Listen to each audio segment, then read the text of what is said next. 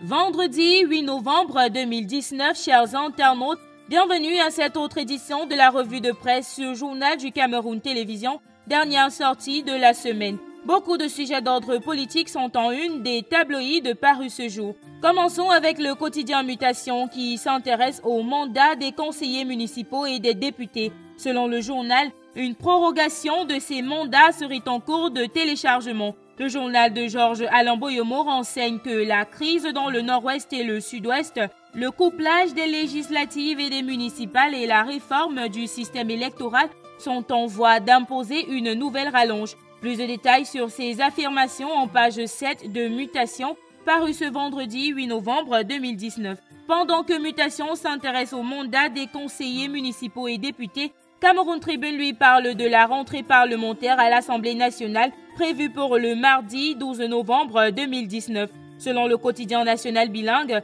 cette session de novembre sera décisive compte tenu de son agenda. Le journal renseigne que, outre l'examen et l'adoption du projet de loi de finances de l'exercice 2020, les travaux s'ouvrent dans un contexte marqué notamment par la fin imminente de la législature en cours à l'Assemblée nationale et de nombreuses attentes à la suite du grand dialogue national tenu le mois dernier à Yaoundé. Toujours en politique, prenons Panel Hebdo. Panel Hebdo qui parle du ministre de l'administration territoriale Paul Atanga-Ndji, présenté comme l'homme du président de la République Paul Biya. Selon Panel Hebdo, Paul Atanga-Ndji est en première ligne dans tous les combats. Il est l'un des atouts politiques du chef de l'État et une des figures de proue de l'action gouvernementale. Et justement parlant de ses actions sur le terrain, Réalité Plus revient sur l'une d'elles. Contre les habitats à haut risque, Paul Atanga-Ndji prenait commandement. Le journal poursuit avec cette déclaration du ministre Paul Atanga-Ndji qui dit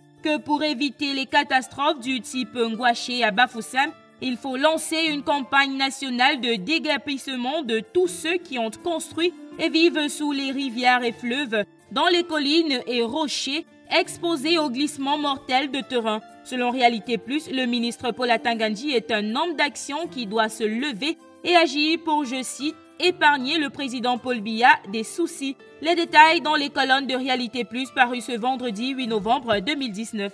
Et puis terminons avec Info Matin qui revient sur la célébration des 37 ans du renouveau dans les Bamboutos à l'ouest Cameroun.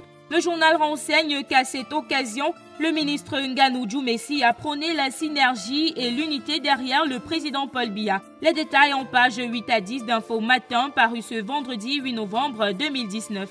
Voilà qui met fin à cette édition de la revue de presse du Journal du Cameroun Télévision. De votre attention, merci. À la prochaine.